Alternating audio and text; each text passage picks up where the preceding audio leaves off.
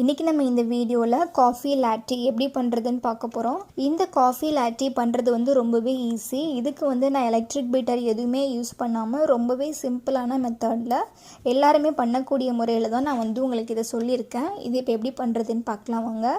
ஒரு பவுலில் சின்ன பாக்கெட் ப்ரூ காஃபி தூள் வந்து நான் ஆட் பண்ண போகிறேன். இந்த காஃபியோடைய அளவு வந்து 2 டீஸ்பூன் அளவுக்கு இருக்கும். இன்ஸ்டண்ட்டாக வந்து உங்களுக்கு என்ன காஃபி தூள் கிடைக்குதோ அதை நீங்கள் வந்து யூஸ் பண்ணிக்கலாம். அடுத்து இதிலே வந்து 1 டேபிள் ஸ்பூன் சர்க்கரை ஆட் பண்ணிக்கணும். அடுத்து இதிலே வந்து 2 டேபிள் ஸ்பூன் சூடான தண்ணி ஆட் பண்ணிக்கணும். அடுத்து நல்ல ஒரு சூப்பரான டேஸ்ட்டுக்காக ஒரே 1 டீஸ்பூன் கொக்கோ பவுடர் வந்து ஆட் பண்ணிக்கணும். இது எல்லாத்தையுமே நல்லா மிக்ஸ் பண்ணி விட்டுறணும்.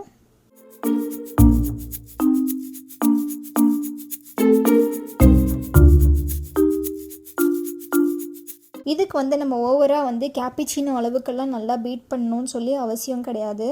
லைட்டாக மிக்ஸ் பண்ணாலே போதும். அந்த சர்க்கரை கரையிற அளவுக்கு மிக்ஸ் பண்ணாலே போதும். நம்ம சுடு தண்ணி ஆட் பண்ணியிருக்கிறதால சர்க்கரையும் நல்லாவே கரைஞ்சிரும். காஃபி அந்த கொக்கோ பவுடர்லாம் நல்லா மிக்ஸ் ஆகி கிடச்சிரும்.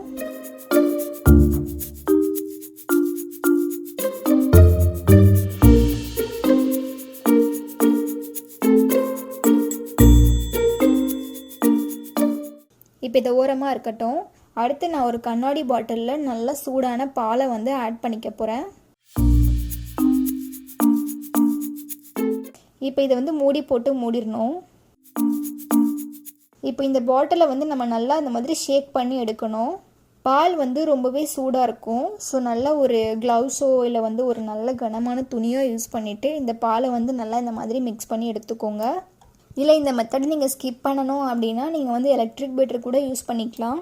ஸோ ரொம்பவே ஈஸி தான்.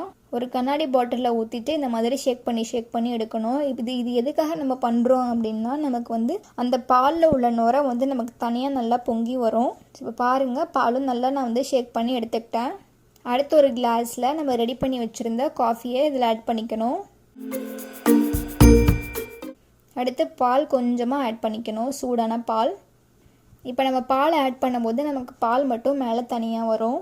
கடைசியில் பார்த்திங்கன்னா நமக்கு நுரை கிடைக்கும். ஸோ இப்போ பால் வந்து நான் ஆட் பண்ணிட்டேன். அதுக்கு மேலேயே அந்த நுரையும் வந்து நல்லா சூப்பராகவே கிடச்சிருக்கு. இதை வந்து மேலே ஒரு லேயராக ஆட் பண்ணிக்கணும். ஸோ நம்ம பார்க்கும்போது நமக்கு வந்து டபுள் லேயரில் கிடைக்கும். கீழே வந்து காஃபியும் மேலே வந்து நுரை பொங்க ஒரு லேயரும் நமக்கு கிடைக்கும்.